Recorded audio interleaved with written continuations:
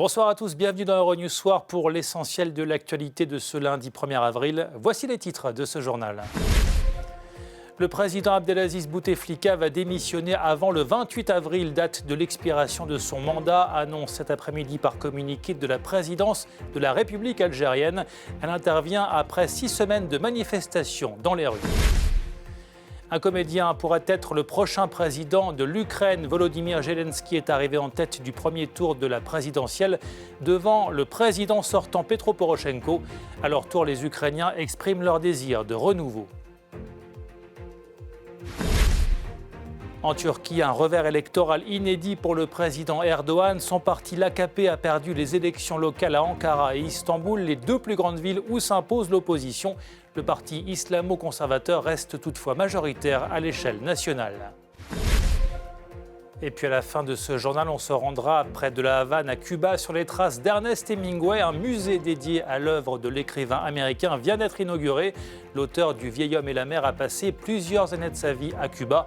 Il aurait eu 120 ans cette année. Bienvenue, on l'a donc appris vers 18h cet après-midi. Un communiqué de la présidence de la République algérienne a annoncé la démission prochaine d'Abdelaziz Bouteflika. Démission qui doit intervenir avant l'expiration de son mandat à la fin du mois. C'est l'annonce qu'attendaient les nombreux Algériens qui manifestent depuis 6 semaines. Le président algérien Abdelaziz Bouteflika va démissionner.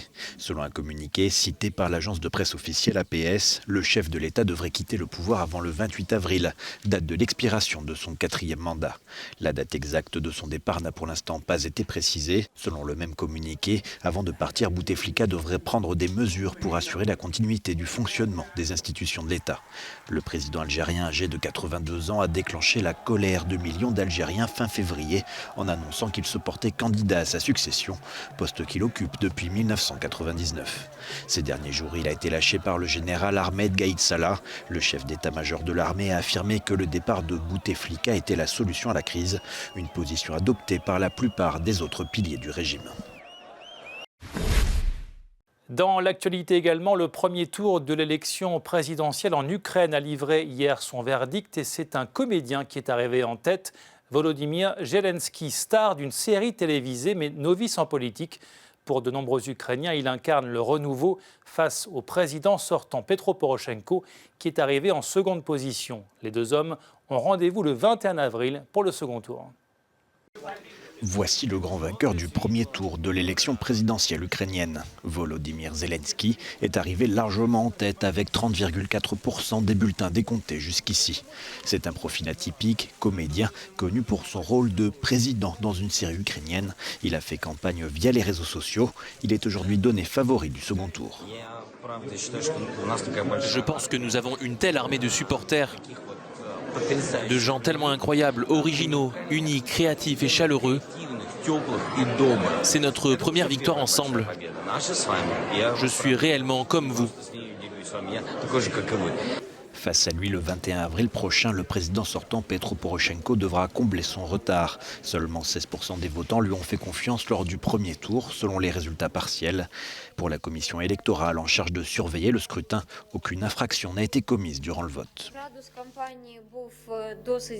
Cette campagne a été très tendue. On a évoqué des scénarios critiques pour le processus électoral comme l'usage de la force. C'est pourquoi il est très important de dire que le jour du vote, mais aussi la nuit du décompte des votes, se sont déroulés sans infraction. Un avis loin d'être partagé par Yulia Tymoshenko. L'ancienne première ministre et candidate malheureuse de ce premier tour a dénoncé la malhonnêteté des résultats partiels, peu crédibles selon les observateurs de l'OSCE. Cette élection a jeté les bases d'un deuxième tour dynamique. J'espère que cela encouragera l'Ukraine à poursuivre sur la voie du développement démocratique, en paix et en sécurité à l'intérieur de ses frontières internationalement reconnues dans notre communauté de valeurs européennes. Within its internationally recognized borders in our community of European values. Cette élection a vu s'affronter 39 candidats, un record pour ce pays de 45 millions d'habitants plongé depuis 2014 dans la plus grave crise de sa jeune histoire.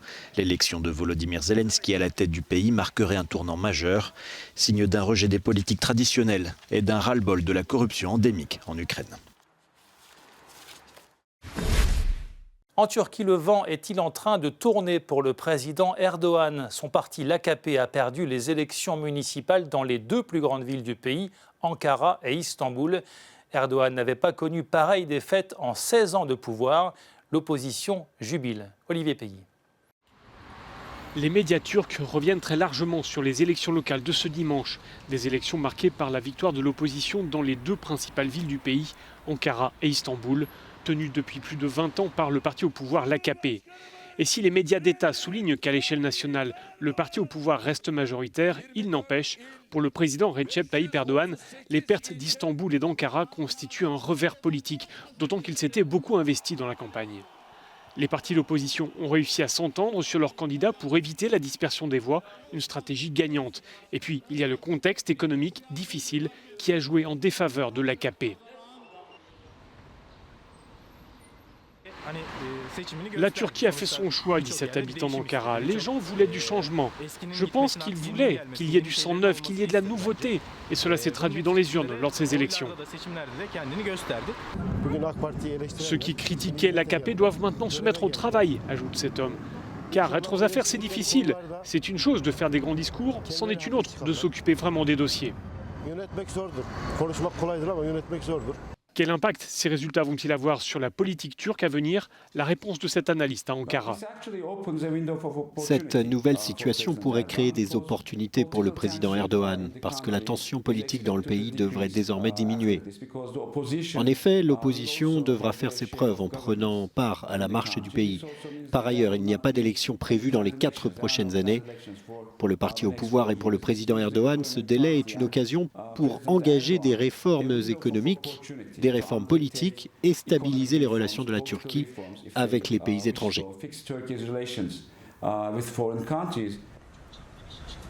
L'opposition a réussi localement à battre l'AKP, ce qu'elle n'avait jamais fait depuis 2002, un succès qui pourrait lui donner des ailes.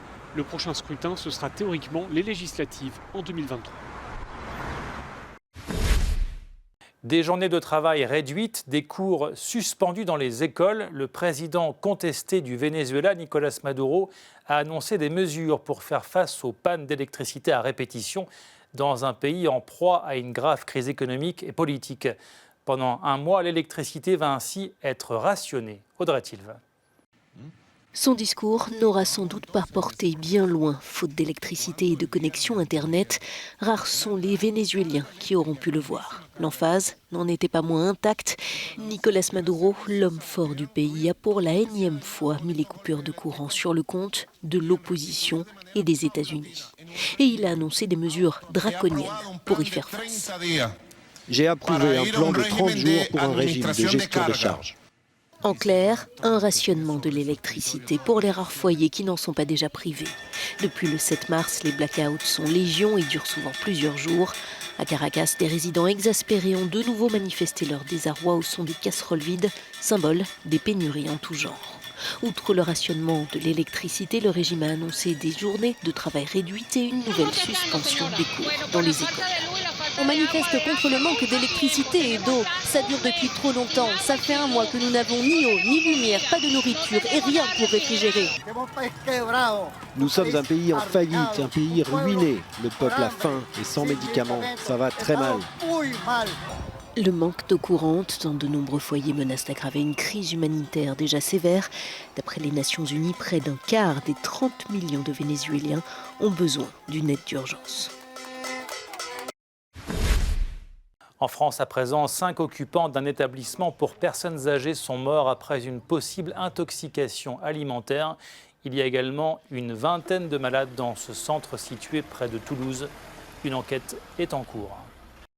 Le pape effectuait ce week-end une visite au Maroc qu'il a conclue par une grande messe à Rabat devant la communauté catholique. Et lors de son point presse lors du voyage retour, François est revenu sur l'affaire Barbarin, ce cardinal dont il a refusé la démission après un scandale de pédophilie impliquant un prêtre dans le diocèse de Lyon. Le cardinal a été condamné pour son silence, mais il va y avoir un procès en appel. Annelise Fantino. Le pape François invoque la présomption d'innocence pour justifier le refus de la démission du cardinal Barbarin dans l'avion qui le ramenait du Maroc. Il y a près de 15 jours, le primat des Gaules avait proposé au souverain pontife de le révoquer de ses fonctions après avoir été condamné à 6 mois de prison avec sursis par la justice française pour non-dénonciation d'abus sexuels d'un prêtre de son diocèse, une décision dont il avait fait appel. Je ne peux pas moralement accepter sa démission, car juridiquement, dans la jurisprudence mondiale classique, il y a la présomption d'innocence tant que l'affaire est en cours.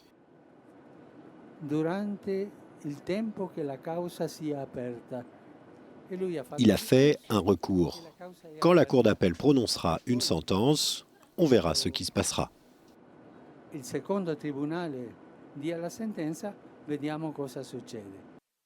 Le Vatican avait suscité l'indignation des victimes de pédophilie dans le diocèse de Lyon après l'annonce de ce refus. Le cardinal Philippe Barbarin reste pour l'instant archevêque de Lyon, mais il s'est mis en retrait pour confier la gestion du diocèse au vicaire général. Allez, pour terminer ce journal, direction la région de La Havane à Cuba, où vient d'être inauguré un musée dédié à l'un des écrivains incontournables du XXe siècle, Ernest Hemingway. L'auteur du Vieil homme et la mer, décédé en 1961, a passé une partie de sa vie sur l'île des Antilles. Anis Fantino.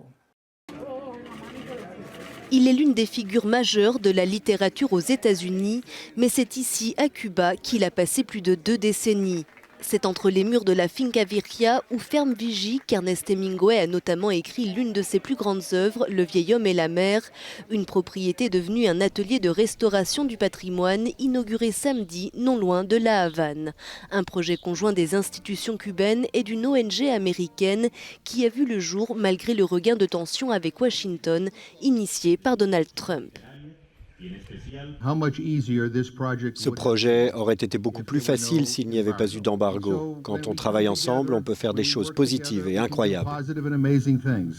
Ernest Hemingway a occupé les lieux de 1939 à 1960. Sur place, il a laissé des milliers de documents, des manuscrits de ses livres, mais aussi des correspondances, des photos ou des ouvrages annotés.